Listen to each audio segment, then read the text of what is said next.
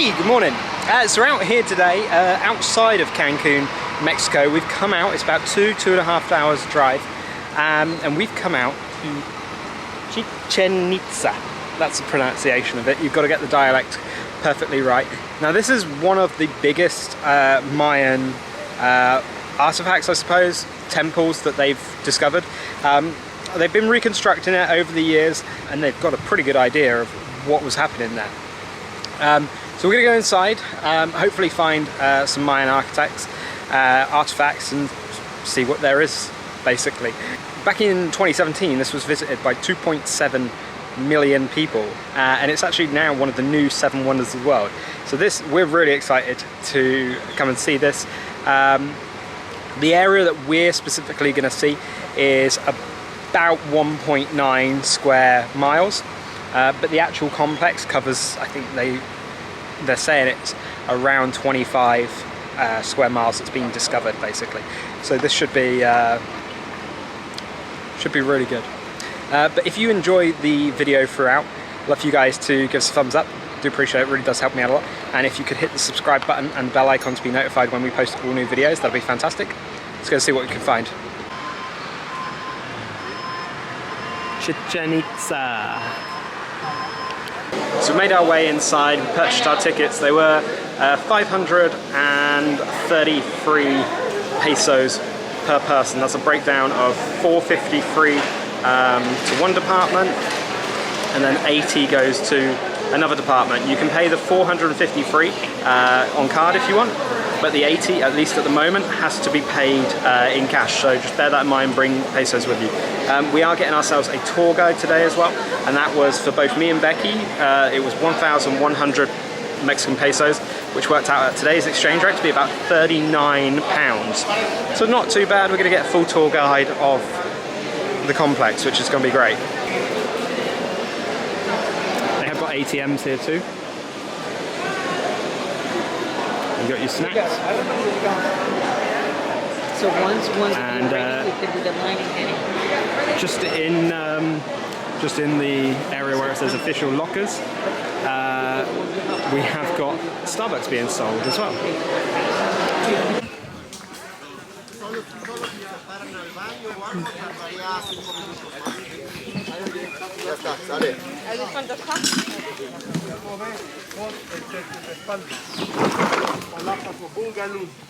Todo eso que vamos a conocer el día de hoy fue utilizado.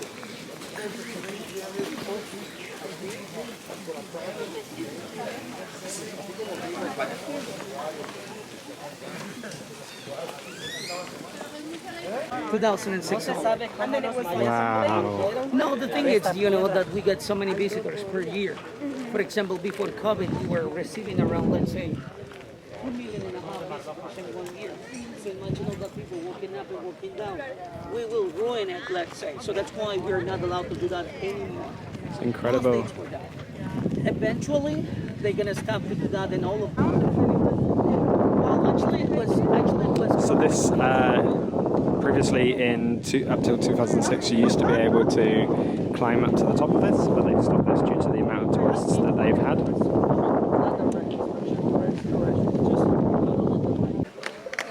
But let me tell you, if you have time, there is another. So it's been restored on the front, let me tell you, you can find that. but to the right side here, it hasn't been fully restored yet. They've actually stopped the restorations now as well. They started the restorations in 1904, and they finished like the main bulk of it in like 1940, 1945 time, and now they're stopping doing that. But most of this is because these stones are no longer here.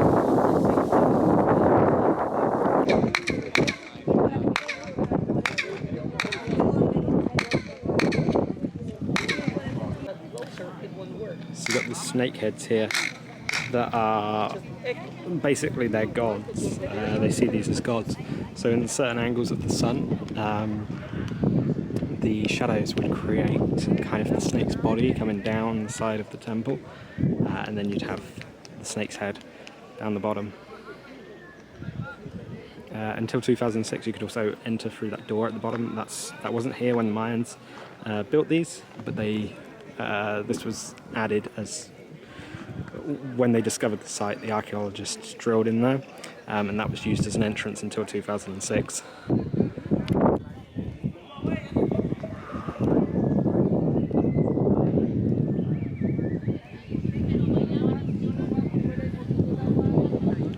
So you often had human sacrifices here. Right up on the top there you see the jaguar statue, and that's where you would have had human sacrifices up there. So our tour guide Diego was just saying this is the Temple of the Warriors.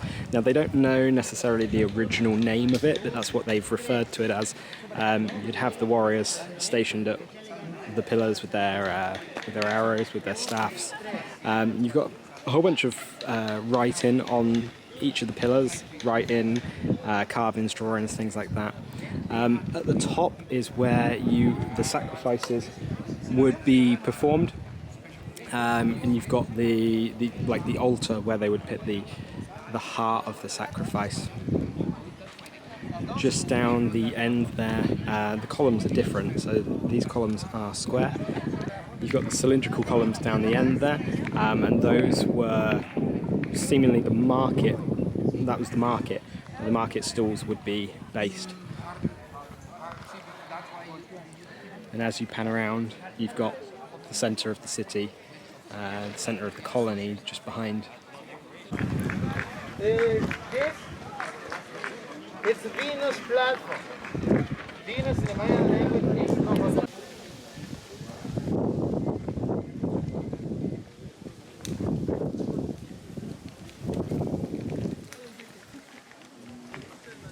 Games. Just up there in central pane, you can see where the ball has to go through. We were just being told that the ball would have been made of rubber, be about 2 to 3 kilograms. The opinion of Diego, he was saying that he thinks the winner, the captain of the winning team, would be sacrificed after they've won the match, sacrificed by the loser. 7x7 team, 7 versus 7. King of the opposing team will be up there. King of the home team would be there, and then you'd have all of the spectators located around the top of the buildings. Pretty brutal.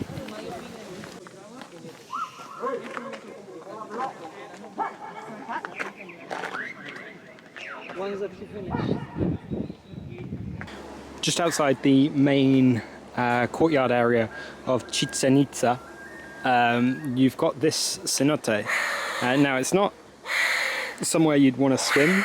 Typically what you'd see with the cenotes is you would want to swim there. But this particular one is very green, you can't really do a lot. But they have this platform here. Now we were being told that this was actually, there were a load of remains discovered at the bottom of this cenote, as well as some jewellery, some artefacts, things like that. So people would go down with like the claw machines that you'd find, sift out all of the grime from the bottom, and in amongst there you'd have the skull and the femur. Those were the two strongest bones in the human body. Those would survive a long time through decomposition and all things like that. So this would be where they would put the sacrifices, because they believed that this was the entrance to the underworld, and this was where the gods would be in the underworld. So they would, we're assuming, stand on that platform and throw the remains of the sacrifices. Now the sacrifices would be they would be sacrificed in the Temple of the Warriors, or on top of some of the platforms that we showed you earlier on. They'd have their chest cut open just below their ribcage, either straight down or to the left, and then they'd have their heart ripped out, and that would be a sacrifice to the gods to fertilize the land when the land was in bad shape, when they needed assistance from the gods. So they'd put the heart on top of the platform, and the sun would come down, the son of the god would come down and take the heart and take it away with them. at which point they would dispose of the bodies here as a gift to the gods themselves in the underworld. So it's quite intense and pretty scary, pretty crazy. But people wanted to be sacrificed. There are a lot of times that people wanted to be sacrificed for the good of the people, for the good of the kingdom and the community, to fertilize the land and rejuvenate their livelihoods. And it wouldn't be a tourist destination without exiting through the gift shop. And this is kind of done like a market, like you would have had in the original Mayan times. Almost free. Hello, magnet for $1, Cuban cigar for $10, obsidian. Amigo, $1 de magnet, 20 pesos, amigo.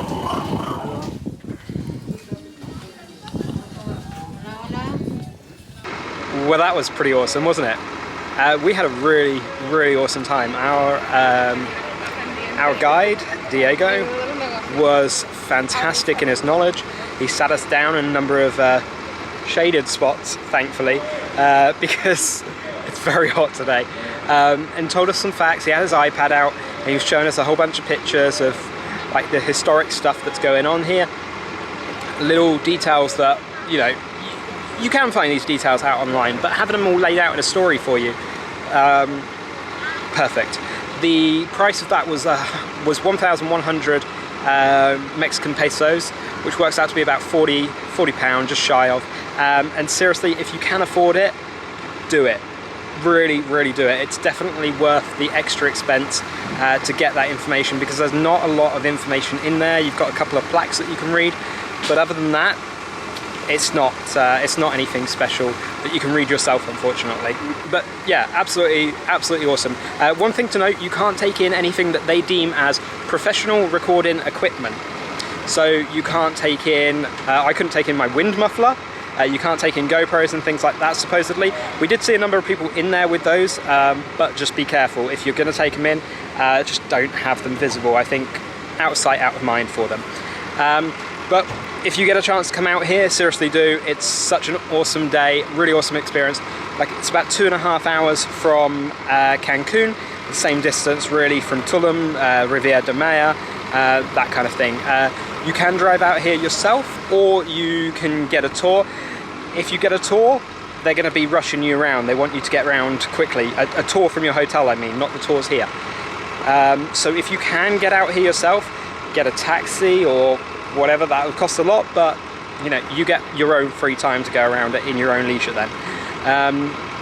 So with that being said, we're actually gonna leave here now. We're gonna go and find some cenotes, take you guys along for the ride there, maybe try and go for a swim, hopefully not see any dead bodies and things like that in there, but you never know, do you? You never know. So let's go to that now. So on the recommendation of our tour guide, we've come to Yucatan. I think that's the pronunciation. This is a cenote, probably about 10-12 minute drive from Chichen Itza.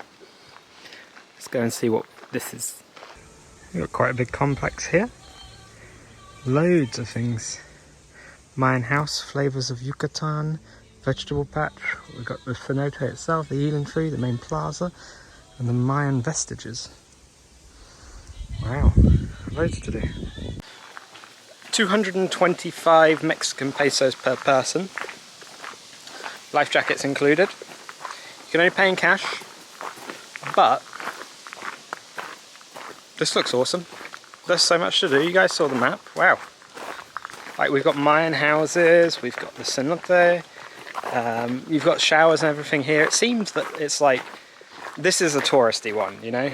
This is like, they've made this into a business, this natural thing they've made into a business. So, I mean, it would be kind of cool to do it not as a business one, like just a random one, but this one's got showers, it's got bathrooms, we can get food here, hopefully. So, I'll take that. I'll take that. 225 is not too expensive. I think it's like £15. Pretty good price. This is cute. We're English, so we have to say that. Alright, entrance, cenote, restaurante, experiences. You're going to the restaurant first, you're going to see what the food is there, just grab a quick bite to eat, as we left so early this morning. And then we'll go that way to, well, that actually looks like the tree is called Cruella from here, but I think there's an I in between the C and R, so it's maybe not Cruella. Ciruella? Ciruella? Ciruella? So this is the restaurant. It's a nice open air seating area. It's quite picturesque actually.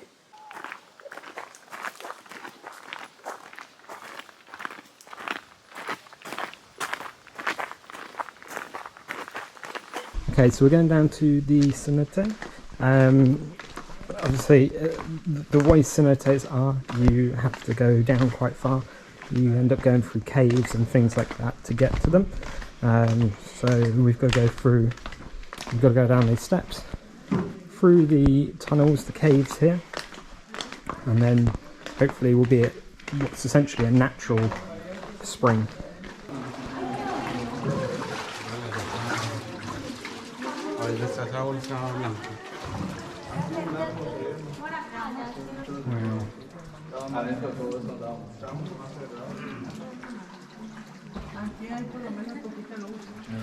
Ooh. Oh, very cold.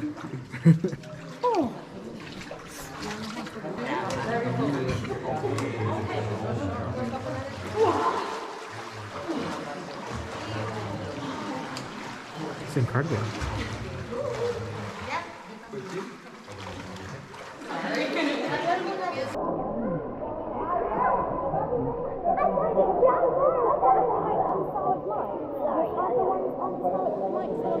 So we've made it into the Cenote. Yeah, it's pretty cold in here. Becky was just saying to me, we think it's because there's no sunlight, basically. But it's cool how it's been formed, with all the kind of dripping rocks that you see. So you've got these really spiky rocks behind us, and I think that's due to sort of the water dripping down over time. This goes down really far as well. It goes down, 50, 60 meters, which is pretty crazy.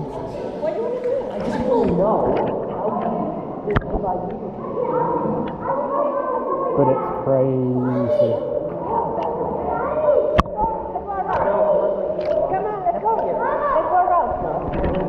Wow, that's cool. Really cool.